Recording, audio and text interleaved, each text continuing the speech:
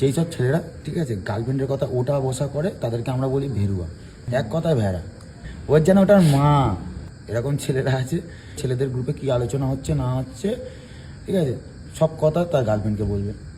জানো তো বাবু আজকের না এই বলেছে, জানো তো বাবু আজকের না ও ওই বলেছে। গার্লফ্রেন্ডের যদি হচ্ছে গিয়ে জ্বর হয় ওরও জ্বর চলে আসবে। বাবু না খেলে খাবে না, তুমি খেয়েছো না আমি খাইনি, ব্যাস বাবু না বাল খাওয়া বন্ধ। যাদের ইন্টারেস্ট ফুরিয়ে যায় অমনি তাই মুখে লাথি মেরে সাইড করে, যখন পয়কার চয়কার করে একটা পিছনে ঢুকবে তখন বলবে আহ নারী বড় অভিনয় করে রে, নারী ভয়ঙ্কর। এমন ভাব করে জানা শিখেছে ওর গার্লফ্রেন্ডটাকে দত্তক নিয়েছে।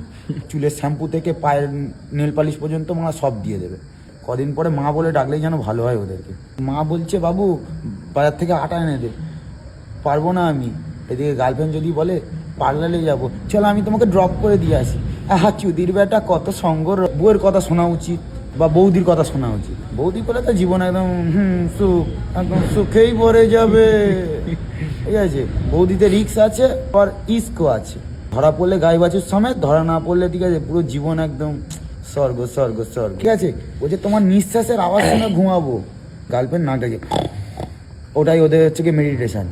বুদ্ধির বেটাদের রঙ্গ দেখলে মেয়েটার বাবা মা নেই ঠিক আছে, ও যেন দত্তক নিয়েছে। ওই বাবা ওই মা ওই পিতা ওই মাতা ওই ঠাকুরদা ওই ঠাকুমা সবাই। ও ঠান্ডায় এমনভাবে ঘাম আছে সোজা হয়ে দাঁড়াতে পারছি না।